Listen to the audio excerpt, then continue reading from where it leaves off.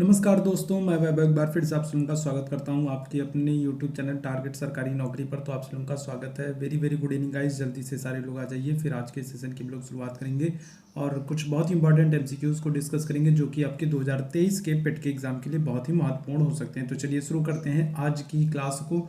और जितने लोगों ने अभी तक सेशन को लाइक नहीं किया, शेयर नहीं किया, तो सारे लोग सेशन को लाइक कर दो, शेयर कर दो। ठीक है, चलो शुरू करते हैं इसी के साथ आज के सेशन को। और पहले प्रश्न का आप लोगों को आंसर करना है। भारतीय संविधान में राज्यों का संघ की संकल्पना को प्राप्त किया गया है। तो देखो, भारतीय संविधान में अगर हम लोग बात करेंगे तो राज्यों का संघ, ठीक है, इस शब्द का प्रयोग किया गया है। तो ये कहां से लिया गया है? राज्यों के संघ की संकल्पना को कहां से लिया गया है? क्या करेक्ट आंसर होगा? जल्दी से सारे लोग आंसर करते चलो। अमेरिका के संविधान से, ऑस्ट्रेलिया के संविधान से, ब्रिटिश नॉर्थ अमेरिका अधिनियम से, या फिर स्विट्जरलैंड के अधिनियम से। ठीक है, कहां से लिया गया है? किस देश के संविधान से राज्यों के संघ की बात की गई है? फटाफट आंसर करते चलो भाई, क्या करेक्ट आंसर हो जाएगा। और देखो, जितने लोग बाद में जुड़े हो सभी लोग सेशन को लाइक कर दो, सेशन को एक बार आप सभी लोग शेयर जरूर कर दो। ठीक है, चलो फटाफट आंसर करते चलो भाई। तो देखो, यहाँ पर पहले प्रश्न की अगर हम लोग बात करेंगे तो जो ये ब्रिटिश नॉर्थ अमेरिका अधिनियम है ये हमारा करेक्ट आंसर हो जाएगा। जो ये ब्रिटिश नॉर्थ अमेरिका है इसी का अर्थ मतलब क्या है? कनाडा से है। ठीक है, और कनाडा से ही क्या लिया गया है? संघात्मक शासन लिया गया है। तो यहाँ पर देखो, जो लोग अमेरिका करोगे गलत हो जाएगा। करेक्ट आंसर हमारा क्या होगा? ब्रिटिश नॉर्थ अमेरिका अधिनियम से होगा, जो कि मतलब कि कनाडा से लिया गया है। तो पहले प्रश्न का ऑप्शन सी यहाँ पर बिल्कुल करेक्ट हो जाएगा। ठीक है भाई बात। चलो आगे बढ़ते हैं दूसरे प्रश्न की तरफ। दूसरे प्रश्न का सभी लोगों को आंसर करना है। दूसरा प्रश्न हमारा है, निम्नलिखित में से कौन अंतर राज्य परिषद का गठन करने के लिए अधिकृत है? ठीक है, तो ये आपको बताना है कौन है जो अंतर राज्य परिषद का गठन कर सकता है, ये आपको यहां पर बताना है। तो बताइएगा, संसद होगा, राष्ट्रपति होगा, लोकसभा अध्यक्ष होगा, या फिर प्रधानमंत्री होगा? दूसरे प्रश्न का आप लोगों को आंसर करना है। तो अंतर राज्य परिषद का गठन करने के लिए कौन अधिकृत है? संसद, राष्ट्रपति, लोकसभा अध्यक्ष, या फिर प्रधानमंत्री? दूसरे प्रश्न की अगर हम लोग बात करते हैं, करेक्ट आंसर कौन हो जाएंगे? तो यहां पर देखो, बिल्कुल बहुत अच्छे, ऑप्शन बी जितने लोग करोगे बिल्कुल करेक्ट हो जाओगे। ठीक है, राष्ट्रपति कर सकता है अंतर राज्य परिषद का गठन। अगर आपसे अनुच्छेद पूछ ले कि किस अनुच्छेद के तहत होगा, तो ये ध्यान रखना, अनुच्छेद होगा 263 के तहत। ठीक है, कौन से अनुच्छेद के तहत? तो आर्टिकल आपका जो है 273 जो है इसके तहत होगा। ठीक है, आर्टिकल 263 के तहत, 263 के तहत इसका गठन होता है। आगे बढ़ते हैं अगले प्रश्न की तरफ। अगले प्रश्न का आप लोगों को आंसर करना है। चलिए तीसरे प्रश्न की तरफ चलते हैं। तीसरे प्रश्न का सभी लोग आंसर कीजिएगा। निम्नलिखित में से कौन संसद के सदस्यों का सामूहिक विशेषाधिकार नहीं है? ठीक है, तीसरे प्रश्न का आप लोगों को आंसर करना है। बताइएगा, जो संसद के सदस्य होते हैं तो उनका इनमें से कौन सा सामूहिक विशेषाधिकार नहीं है? चर्चा एवं प्रक्रिया की स्वतंत्रता, संसद के आंतरिक विषयों की संचालन का अधिकार, साक्षी के रूप में उपस्थित होने से स्वतंत्रता, या फिर अपरिचितों को सदन से बाहर रखने का विशेषाधिकार? देखो, सामूहिक विशेषाधिकार की अगर हम लोग बात करेंगे तो यहाँ पर देखो, ऑप्शन ए, ऑप्शन आपका कौन कौन सा? तो ऑप्शन यहाँ पर आपका बी और ऑप्शन डी, ये सब हो जाएंगे। सामूहिक विशेषाधिकार जो नहीं है वो क्या होगा? सामूहिक मतलब कि कई सारे लोगों का, है ना, समूह का। तो बाकी सारे तो समूह के विशेषाधिकार हैं, लेकिन साक्षी के रूप में उपस्थित होने से स्वतंत्रता, ये सामूहिक विशेषाधिकार नहीं है। तो तीसरे प्रश्न का ऑप्शन क्या हो जाएगा? सी यहाँ पर बिल्कुल करेक्ट हो जाएगा। चलिए बहुत अच्छे, आगे बढ़ते हैं अगले प्रश्न की तरफ। चौथे प्रश्न का सभी लोग आंसर कीजिएगा। चौथा प्रश्न आपके सामने इस तरह, ठीक है, चौथा प्रश्न ये रहा। ठीक है, प्रोटेम स्पीकर की अगर हम लोग बात करते हैं, ठीक है, तो जो प्रोटेम स्पीकर होता है इसे नियुक्त किया जाता है। प्रोटेम स्पीकर जो होता है वो किसे नियुक्त किया जाता है? पिछली लोकसभा के अध्यक्ष को, पिछली लोकसभा के उपाध्यक्ष को, नवनिर्वाचित लोकसभा के वरिष्ठ सदस्यों में से एक, या फिर पिछली लोकसभा के विपक्ष के नेता को? प्रोटेम स्पीकर किसको नियुक्त किया जाता है। चौथे प्रश्न का आप लोगों को आंसर करना है, जल्दी से आंसर करते चलो भाई। प्रोटेम स्पीकर किसे नियुक्त करेंगे? करेक्ट आंसर क्या हो जाएगा चौथे प्रश्न का? ऑप्शन यहाँ पर ए बिल्कुल करेक्ट हो जाएगा। जो पिछली लोकसभा का जो अध्यक्ष होता है वही क्या होता है? वही प्रोटेम स्पीकर के रूप में कार्य करता है। तो ऑप्शन ए जितने लोग आंसर करोगे बिल्कुल करेक्ट हो जाओगे, ठीक है, पिछली लोकसभा के अध्यक्ष को, ठीक है, ऑप्शन ए यहाँ पर बिल्कुल करेक्ट हुआ। आगे बढ़ते हैं अगले प्रश्न की तरफ। पांचवें प्रश्न का सभी लोगों को आंसर करना है। राज्यसभा का सर्वप्रथम गठन किस वर्ष में किया गया है? राज्यसभा की बात हो रही है तो बताइएगा राज्यसभा का गठन किस वर्ष में किया गया है? 1950 में, 1951 में, 1952 में या फिर 1953 में? राज्यसभा का गठन किस वर्ष में किया गया है? 1950 में किया गया, 51 में, 52 में या फिर 53 में? पांचवें प्रश्न का क्या करेक्ट आंसर हो जाएगा? फटाफट आंसर करते चलो भाई। राज्यसभा का गठन किस वर्ष में किया गया है? क्या करेक्ट आंसर हो जाएगा? तो राज्यसभा के गठन की अगर हम लोग बात करते हैं, करेक्ट आंसर हो जाएगा ऑप्शन क्या? सी हो जाएगा 1952 में, ठीक है। कब हो जाएगा? तो राज्यसभा का जो गठन किया गया था ये 1952 में किया गया था। राज्यसभा संसद का क्या है? संसद का द्वितीय सदन है। संसद का क्या है? संसद का उच्च सदन है। संसद का क्या है? तो संसद का अस्थाई सदन है, ठीक है, ध्यान रखना, ठीक है। राज्यसभा क्या है? तो संसद का द्वितीय सदन है, संसद का उच्च सदन है और संसद का अस्थाई सदन है। 1952 में राज्यसभा का गठन किया जाएगा। ऑप्शन सी बिल्कुल करेक्ट हो जाएगा। आगे बढ़ते हैं छठवें प्रश्न की तरफ। अगले प्रश्न का सभी लोग आंसर कीजिएगा। लोकसभा का अधिवेशन गठित करने के लिए गणपूर्ति कितनी होनी चाहिए? अगर लोकसभा की बैठक करनी है तो कम से कम कितनी सदस्य संख्या होनी चाहिए? सदन के सदस्यों की कुल संख्या का 6वां भाग, सदन के सदस्यों की कुल संख्या का 10वां भाग, सदन के सदस्यों की कुल संख्या का 4था भाग या फिर सदन के सदस्यों की कुल संख्या का 3रा भाग, ठीक है। लोकसभा का अधिवेशन गठित करने के लिए गणपूर्ति कितनी होनी चाहिए? सदस्य संख्या, न्यूनतम सदस्य संख्या कितनी होनी चाहिए? गणपूर्ति का मतलब क्या है? गणपूर्ति का मतलब है कि कोई भी बैठक करने के लिए जो कम से कम जो संख्या होनी चाहिए वो कितनी होनी चाहिए। तो यहां पर क्या हो जाएगा? छठवें प्रश्न की बात करेंगे। लोकसभा का अधिवेशन गठित करने के लिए गणपूर्ति की जो न्यूनतम सदस्य संख्या होनी चाहिए वो क्या होगी? सदन के सदस्यों की कुल संख्या का 10वां भाग, 1/10 होना चाहिए। ऑप्शन यहाँ पर बी वाला हमारा बिल्कुल करेक्ट हो जाएगा, ठीक है। चलो आगे बढ़ते हैं अगले प्रश्न की तरफ। 7वें प्रश्न का सभी लोग आंसर कीजिएगा। भारत के सर्वोच्च न्यायालय ने संविधान के आधारभूत ढांचे का सिद्धांत किस वाद में स्पष्ट किया है? ठीक है, भारत के सर्वोच्च न्यायालय की बात हो रही है तो सर्वोच्च न्यायालय ने संविधान के आधारभूत ढांचे के सिद्धांत को, ठीक है, किस वाद में स्पष्ट किया है? गोलकनाथवाद 1967, सज्जन सिंह वाद 1965, शंकरी प्रसाद वाद 1991 या फिर केशवानंद भारती वाद 1973 में? तो क्या करेक्ट आंसर हो जाएगा? 7वें प्रश्न का सभी लोग आंसर कीजिएगा। कौन सा वाद है जिसमें सर्वोच्च न्यायालय ने क्या किया है? संविधान के आधारभूत ढांचे के सिद्धांत को प्रस्तुत किया है। करेक्ट आंसर हमारा क्या होगा? ऑप्शन डी हो जाएगा, केशवानंद भारती बनाम केरल राज्यवाद हो जाएगा, ठीक है। कौन सा हो जाएगा? तो केशवानंद भारती बनाम केरल राज्यवाद हो जाएगा। ऑप्शन डी यहाँ पर बिल्कुल करेक्ट हो जाएगा। आगे बढ़ते हैं अगले प्रश्न की तरफ। अगले प्रश्न का सभी लोग आंसर कीजिएगा। 8वें प्रश्न की तरफ चलते हैं, ठीक है। अगले प्रश्न का आंसर कीजिएगा। भारत में नागरिकों के मौलिक अधिकारों में संशोधन कौन कर सकता है? देखो मौलिक अधिकारों की बात की जा रही है।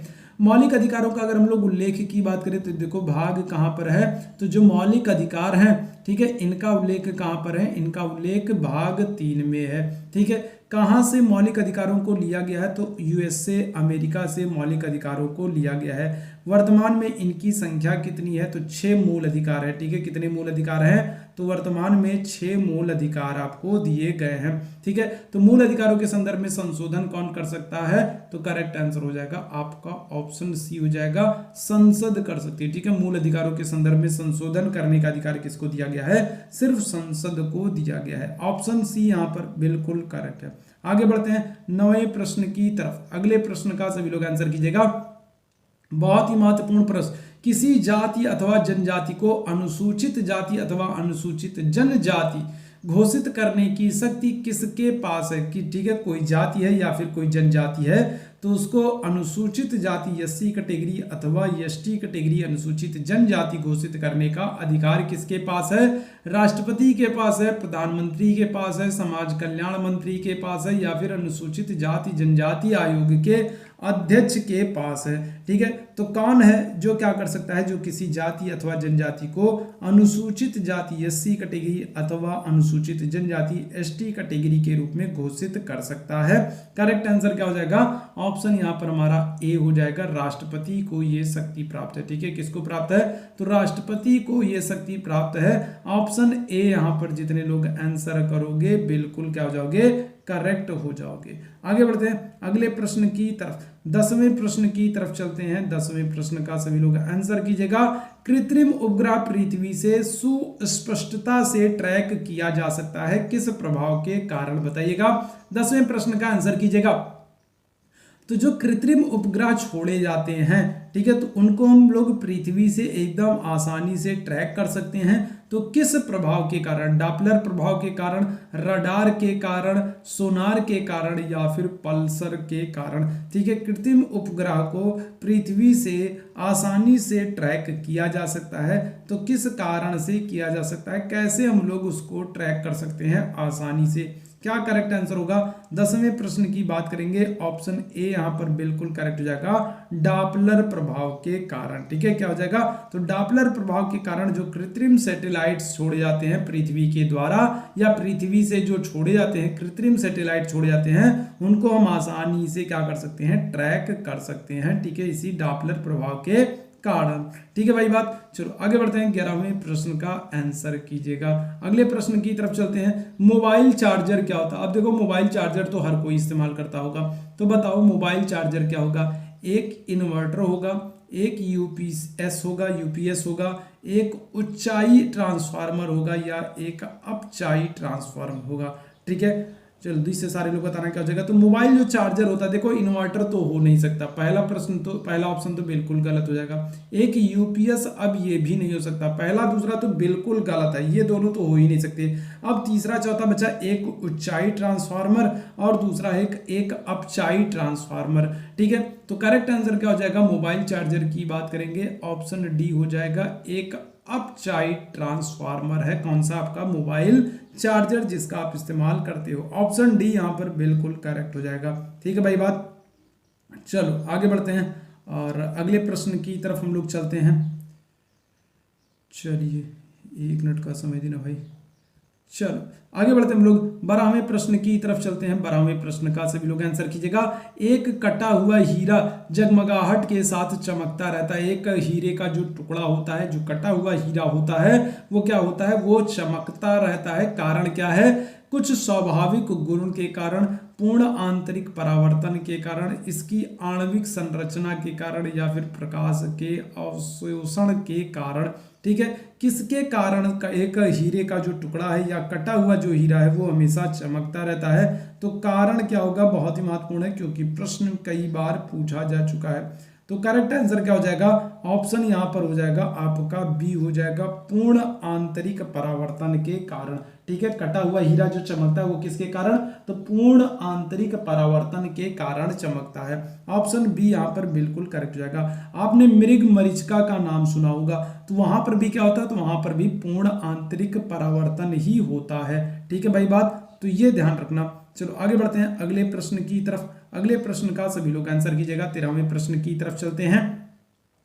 ठीक है, एलपीजी सिलेंडर के रिसाव से उत्पन्न दुर्गंध निम्नलिखित में से किसकी होती है? अब देखो प्रश्न क्या पूछ रहा है। प्रश्न आपसे ये नहीं पूछ रहा है कि एलपीजी जो गैस सिलेंडर होती है उसमें कौन सी गैस होती है, ये नहीं पूछ रहा है। ये पूछ रहा है कि गैस जब रिसाव होती है तो जो दुर्गंध होती है वो किसकी होती है? मीथेन की होती है, प्रोपेन की होती है, ब्यूटेन की होती है, या फिर एथाइल मरकैप्टन की होती है?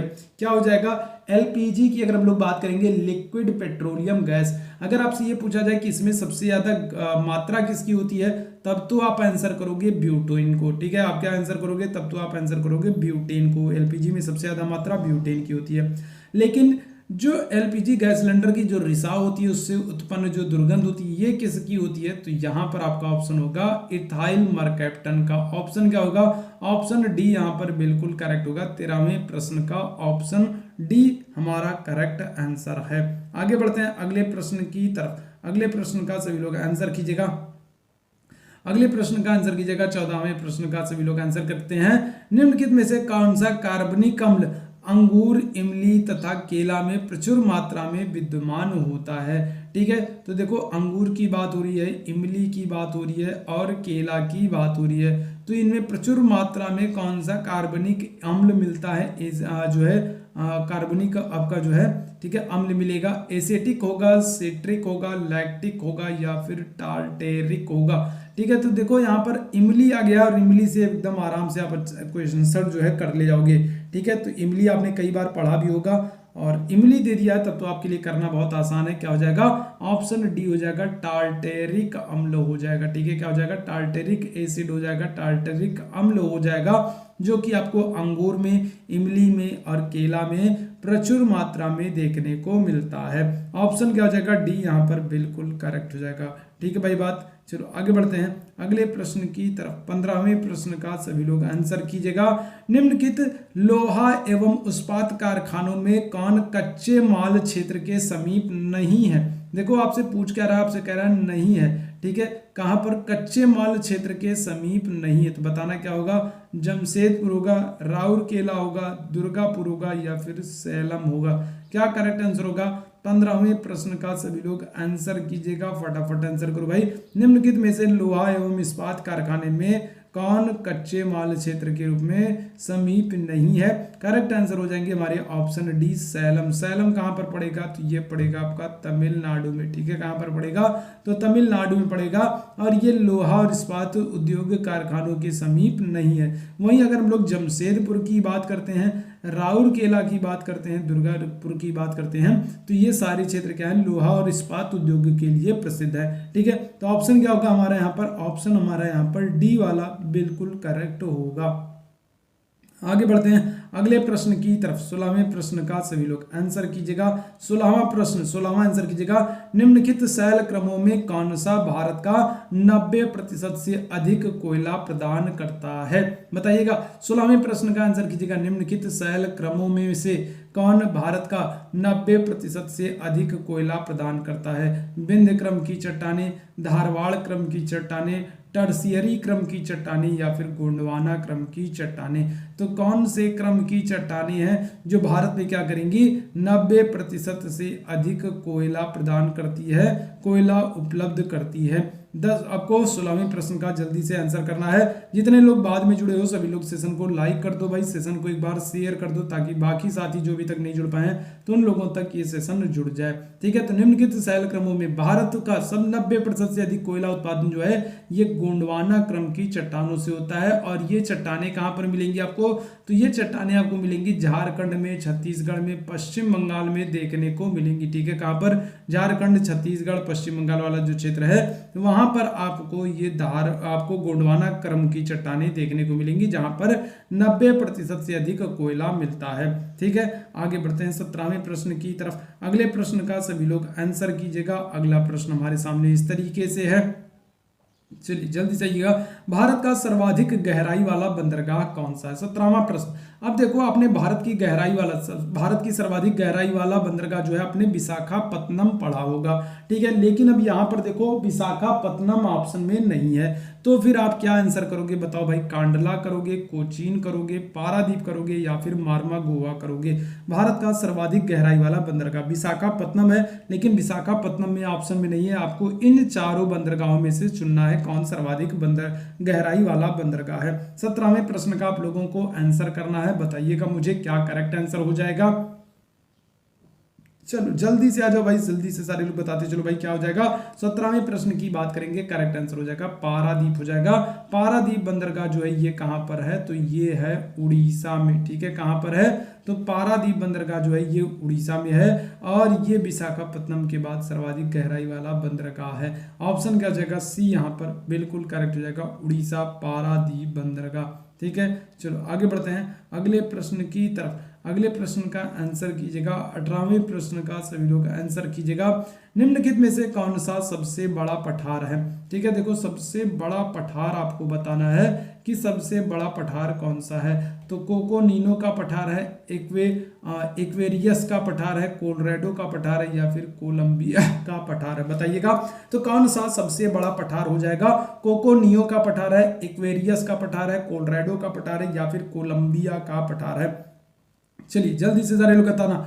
18वें प्रश्न का आंसर करना है। तो देखो यहाँ पर करेक्ट आंसर हो जाएगा कोलोराडो का पठार है, जो कि कहाँ पर है? जो कि अमेरिका में है, कोलोराडो का पठार, और ये सबसे बड़ा पठार है। तो ऑप्शन सी यहाँ पर बिल्कुल करेक्ट हो जाएगा। ठीक है भाई बात। चलिए आगे बढ़ते हैं 19वें प्रश्न की तरफ। अगले प्रश्न का सभी लोगों को आंसर करना है। निम्नलिखित में से कौन सा शीत महासागर धारा नहीं है? कौन सी, ठीक है, ठंडे महासागर वाली जलधारा नहीं है? बताइएगा तो कनारीज की धारा, हमबोल्ट की धारा, ओयोसियो की धारा, या फिर अगुलहास की धारा? कौन सी जलधारा है जो ठंडी नहीं है, शीत महासागर की जलधारा नहीं है? ये आपको बताना है। 4 ऑप्शन आपके सामने है और जल्दी जल्दी आंसर का चुनाव करते चलिए। सेशन पसंद आ रहा हो तो सेशन को लाइक कर दीजिए, सेशन को आप लोग शेयर कर दीजिए। ठीक है, बस इतनी सी गुजारिश है आप लोगों से कि सेशन को लाइक कर दिया करो, सेशन को शेयर कर दिया करो, ताकि ज़्यादा से ज़्यादा लोगों तक ये सेशन पहुंच सके। तो 19वें प्रश्न की अगर हम लोग बात करेंगे, करेक्ट आंसर क्या हो जाएगा? ऑप्शन डी हो जाएगा, अगुलहास हो जाएगा। अगुलहास जो है ये कहाँ की है? तो ये हिंद महासागर की जलधारा है। और कैसी है? तो गर्म जलधारा है। ठीक है, ध्यान रखना, हिंद महासागर की जलधारा है और कैसी है? गर्म जलधारा है। ठीक है, तो अगुलहास ऑप्शन यहाँ पर क्या होगा हमारा? डी बिल्कुल करेक्ट हो जाएगा। ये शीत महासागर की जलधारा नहीं है। ऑप्शन डी बिल्कुल करेक्ट है। आगे बढ़ते हैं अगले प्रश्न की तरफ। अगले प्रश्न का आंसर करना है सभी लोगों को। चलिए अगले प्रश्न 20वें प्रश्न का सभी लोग आंसर कीजिएगा। लाल सागर एक उदाहरण है। देखो लाल सागर आपने बहुत नाम सुना होगा, अभी बताना है लाल सागर किसका उदाहरण है? ज्वालामुखी घाटी का, अपर्दित घाटी का, अक्षीय द्रोणी का, यू आकार की घाटी का? लाल सागर किसका उदाहरण है? देखो ज्वालामुखी घाटी का ये तो नहीं होगा। ठीक है, अगर हम लोग बात करें अपर्दित घाटी का, ये भी नहीं होगा। चलो 2 ऑप्शन मैंने हटा दिए, अब जल्दी से बताओ क्या सही होगा? तीसरा ऑप्शन सही होगा या फिर चौथा सही होगा? लाल सागर एक उदाहरण है और किसका उदाहरण है? करेक्ट आंसर हो जाएगा आपका अक्षीय द्रोणी का। ऑप्शन क्या हो जाएगा? सी यहाँ पर बिल्कुल करेक्ट हो जाएगा। अक्षीय द्रोणी का उदाहरण है लाल सागर। ऑप्शन सी यहाँ पर बिल्कुल करेक्ट है। अब आपके दिमाग में चल रहा होगा अक्षीय द्रोणी क्या है? तो अक्षीय द्रोणी जो है ये खारे पानी की एक खाड़ी नुमा संरचना है। ठीक है, क्या हो जाएगा? खारे पानी की एक खाड़ी नुमा जो है संरचना है, जो कि अफ्रीका और एशिया के बीच में स्थित है, लाल सागर के पास। ठीक है, और इसी को अक्षीय द्रोणी कहा जाता है और लाल सागर इसी का उदाहरण है। तो ऑप्शन क्या हो जाएगा? सी यहाँ पर बिल्कुल करेक्ट हो जाएगा। आगे बढ़ते हैं अगले प्रश्न की तरफ। 21वें प्रश्न का सभी लोग आंसर कीजिएगा। वर्षा की मात्रा निर्भर करती है, ठीक है, तो वर्षा की जो मात्रा है ये किस पर निर्भर करती है? हवा के दबाव पर, वायुमंडल की नमी पर, जल चक्र पर, या फिर ताप क्रम पर? 21वें प्रश्न का सभी लोग आंसर कीजिएगा।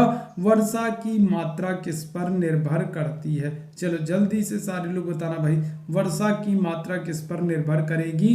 क्या करेक्ट आंसर हो जाएगा? 21वें प्रश्न की अगर हम लोग बात करेंगे तो वर्षा की मात्रा जो है ये निर्भर करती है किस पर? वायुमंडल की नमी पर निर्भर करती है। ऑप्शन क्या हो जाएगा?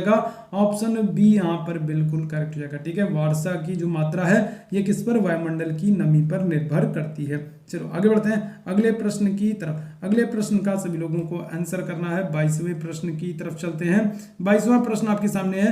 निम्नलिखित में से कौन सी नहर दक्षिणी जर्मनी में आंतरिक जल मार्ग के रूप में प्रयोग की जाती है? ठीक है, तो कौन सी नहर है जो कहां पर? जो कि दक्षिणी जर्मनी में, ठीक है, साउथ जर्मनी में आंतरिक जल परिवहन के रूप में कार्य करती है।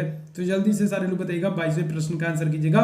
कौन सी नदी होगी जो क्या करती है? जो कौन सी नहर है, कौन सी नदी है जो दक्षिणी जर्मनी में आंतरिक जल मार्ग के रूप में प्रयोग की जाती है? करेक्ट आंसर हमारा हो जाएगा ऑप्शन सी हो जाएगा, लुडविग्स नहर। ठीक है, कौन सी हो जाएगी? तो ऑप्शन सी हमारा करेक्ट हो जाएगा। लुडविग्स नहर जो है ये दक्षिणी जर्मनी में आंतरिक परिवहन के रूप में कार्य करती है। ठीक है भाई बात। चलो आगे बढ़ते हैं आगे अगले प्रश्न की तरफ। अगले प्रश्न का सभी लोग आंसर कीजिएगा। चलो अगले प्रश्न की तरफ चलते हैं। 23वें प्रश्न का सभी लोग आंसर कीजिएगा। और 23वां प्रश्न देखो आपका इस तरीके से है, ब्राजील में विशाल कहवा बागानों को क्या कहा जाता है? ब्राजील में जो कहवा के कॉफी के जो बड़े बड़े खेत होते हैं, कॉफी के जो बड़े बड़े बागान होते हैं, जो बगीचे होते हैं, उनको क्या कहते हैं? तो स्टेट कहते हैं, स्टेंसियाज कहते हैं, कलखोजेस कहते हैं, या फिर फजेंडा कहते हैं। 23वें प्रश्न का आंसर करना है ब्राजील में। ठीक है, ब्राजील में जो विशाल कहवा के बागान होते हैं उनको हम लोग क्या कहते हैं? करेक्ट आंसर हो जाएगा फजेंडा कहते हैं। ठीक है, क्या करते हैं? तो फजेंडा कहते हैं। 23वें प्रश्न का ऑप्शन डी यहाँ पर बिल्कुल करेक्ट हो जाएगा भाई। ठीक है, चलो आगे बढ़ते हैं 24वें प्रश्न की तरफ। अगले प्रश्न का सभी लोग आंसर कीजिएगा। निम्नलिखित में से कौन सा भारत का सबसे ऊंचा जलप्रपात है? ठीक है, देखो भारत में पूछा जा रहा है और सबसे ऊंचा जलप्रपात पूछा जा रहा है, तो बताना क्या होगा? जोग जलप्रपात होगा, कुचिकल जलप्रपात होगा, राकीम कुंड जलप्रपात होगा, या फिर केवती जलप्रपात होगा। भारत में सबसे ऊंचा जलप्रपात आपसे पूछा जा रहा है, क्या हो जाएगा? करेक्ट आंसर हमारा हो जाएगा जोग जलप्रपात। ठीक है, कौन सा हो जाएगा? जोग जलप्रपात हो जाएगा। और ये कौन सी नदी पर है? तो ये है शरावती नदी पर। ठीक है, कौन सी नदी पर हो जाएगा? तो शरावती नदी पर आपको देखने को मिलेगा जोग या फिर गोरसप्पा जलप्रपात। ठीक है, ध्यान रखना ऑप्शन ए बिल्कुल करेक्ट है, शरावती नदी पर है। आगे बढ़ते हैं अगले प्रश्न की तरफ। 25वें प्रश्न का सभी लोग आंसर कीजिएगा। अगला प्रश्न आपके सामने है, हाथी गुम्फा का अभिलेख किस शासक के विषय में जानकारी का स्रोत है? चलो जल्दी से बताना भाई। तो जो ये हाथी गुम्फा अभिलेख है, तो ये किसके बारे में जानकारी देता है? किस राजा की जानकारी का स्रोत है? खारवेल, अशोक, हर्षवर्धन, या फिर कनिष्क? ठीक है, हाथी गुम्फा अभिलेख। ठीक है, तो किस शासक के विषय में जानकारी का महत्वपूर्ण स्रोत है? करेक्ट आंसर क्या हो जाएगा भाई? 25वें प्रश्न की बात करेंगे, फटाफट आंसर करते चलो। बिल्कुल, बहुत अच्छे बहुत अच्छे। करेक्ट आंसर क्या हो जाएगा? ऑप्शन यहाँ पर ए बिल्कुल करेक्ट हो जाएगा, खारवेल। ठीक है, क्या हो जाएगा? तो खारवेल का हाथी गुम्फा अभिलेख जो है ये क्या करता है? ठीक है, खारवेल के विषय में जानकारी प्रदान करता है। ऑप्शन ए यहाँ पर बिल्कुल करेक्ट है। आगे बढ़ते हैं अगले प्रश्न की तरफ। अगले प्रश्न का आंसर कीजिएगा। 26वें प्रश्न का आंसर कीजिएगा। पुष्यमित्र शुंग द्वारा 2 अश्वमेध यज्ञ किए जाने के बारे में जानकारी किस लेख से मिलती है? कौन सा शिलालेख है, कौन सा अभिलेख है जिससे पता चलता है कि जो पुष्यमित्र शुंग है इन्होंने 2 बार अश्वमेध यज्ञ करवाया था? सारनाथ लेख, बेसनगर लेख, अयोध्या लेख, या फिर हाथी गुम्फा अभिलेख? कौन सा अभिलेख है, कौन सा शिलालेख है जिससे पता चलता है कि पुष्यमित्र शुंग ने 2 बार अश्वमेध यज्ञ करवाया है? 26वें प्रश्न की बात करेंगे। करेक्ट आंसर क्या हो जाएगा? ऑप्शन सी हो जाएगा, अयोध्या लेख हो जाएगा।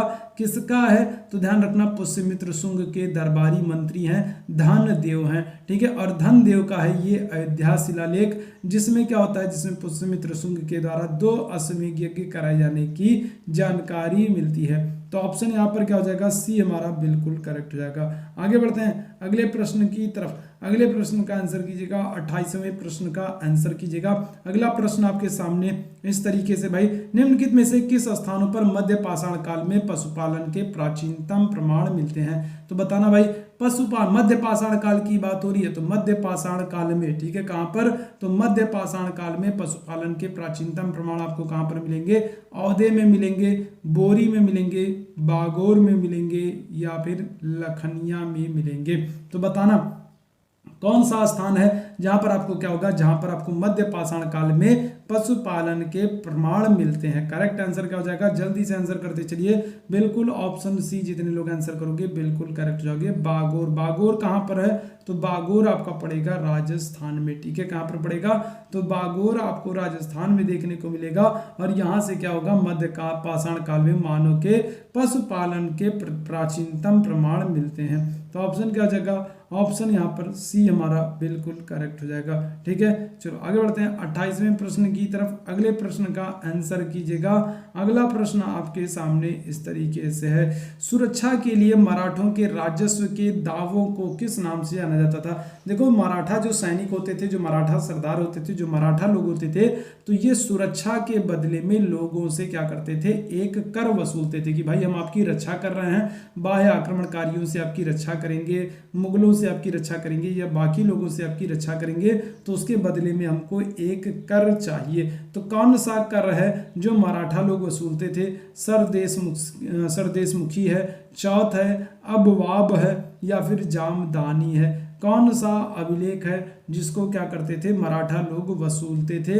करेक्ट आंसर हो जाएगा ऑप्शन बी हो जाएगा, चौथ हो जाएगा। ठीक है, ऑप्शन क्या होगा, तो ऑप्शन बी यहाँ पर बिल्कुल करेक्ट हो जाएगा, चौथ हो जाएगा। चौथ नामक जो कर है ये मराठा लोग राजस्व के रूप में वसूलते थे। ठीक है, ऑप्शन बी यहाँ पर बिल्कुल करेक्ट है।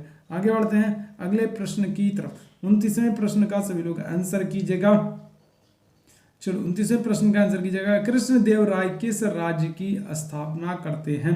ठीक है, देखो कृष्णदेव राय की अगर हम लोग बात कर देंगे तो ये कृष्णदेव राय जो है ये कहाँ के, तो ये विजयनगर के राजा थे।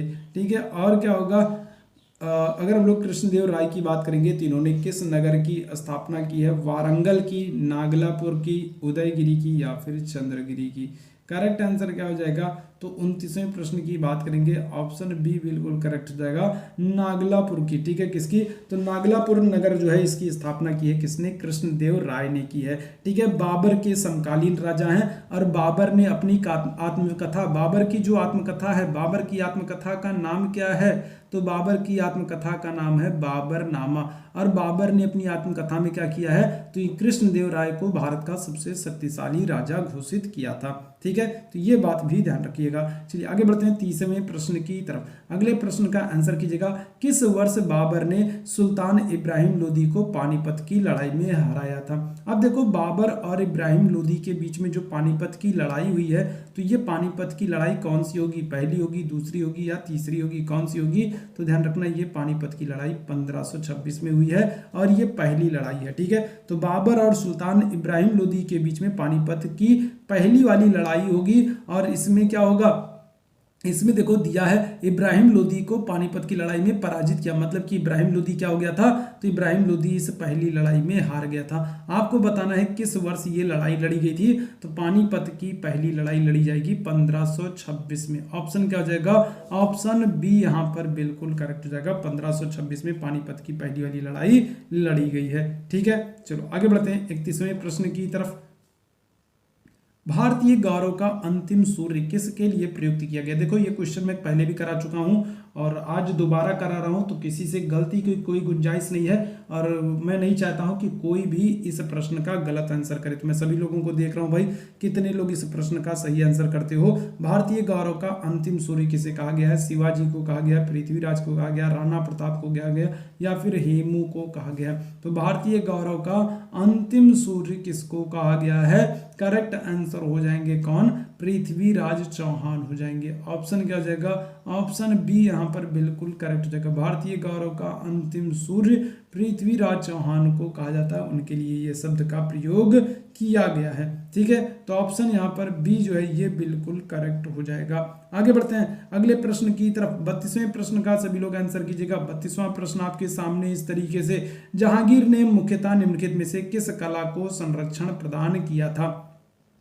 तो जहांगीर की बात करेंगे, निम्नलिखित में से किस कला को जहांगीर ने संरक्षण प्रदान किया है? चित्रकला को, स्थापत्य कला को, मूर्ति कला को या फिर संगीत कला को?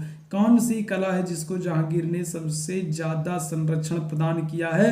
करेक्ट आंसर क्या हो जाएगा? जहांगीर का काल देखो मुगल काल का चित्रकला का स्वर्ण युग कहा जाता है। ऑप्शन क्या हो जाएगा? ऑप्शन ए यहाँ पर बिल्कुल करेक्ट हो जाएगा। ठीक है, तो मुगल काल में अगर हम लोग बात करेंगे, जहांगीर का जो समय है ये चित्रकला का स्वर्ण युग माना जाता है। और अगर हम लोग स्थापत्य कला की बात करेंगे तो शाहजहां का जो काल है वो स्थापत्य कला का स्वर्ण युग माना जाता है। ठीक है, जहांगीर का काल चित्रकला का स्वर्ण युग और शाहजहां का काल स्थापत्य कला का स्वर्ण युग माना जाता है। आगे बढ़ते हैं 33वें प्रश्न की बात। अगले प्रश्न का आंसर कीजिएगा, अखिल भारतीय किसान सभा के संस्थापक अध्यक्ष कौन थे? चलिए जल्दी से बताइएगा। तो अखिल भारतीय किसान सभा के संस्थापक और अध्यक्ष कौन बने थे? तो आचार्य नरेंद्र देव, स्वामी सहजानंद सरस्वती, बंकिम मुखर्जी या फिर जयप्रकाश नारायण कौन हो जाएंगे? अखिल भारतीय किसान सभा के संस्थापक कौन हो जाएंगे? 33वें प्रश्न की बात करेंगे, करेक्ट आंसर हो जाएंगे सहजानंद सरस्वती हो जाएंगे। किस वर्ष इन्होंने स्थापना की थी? तो 1936 में की थी।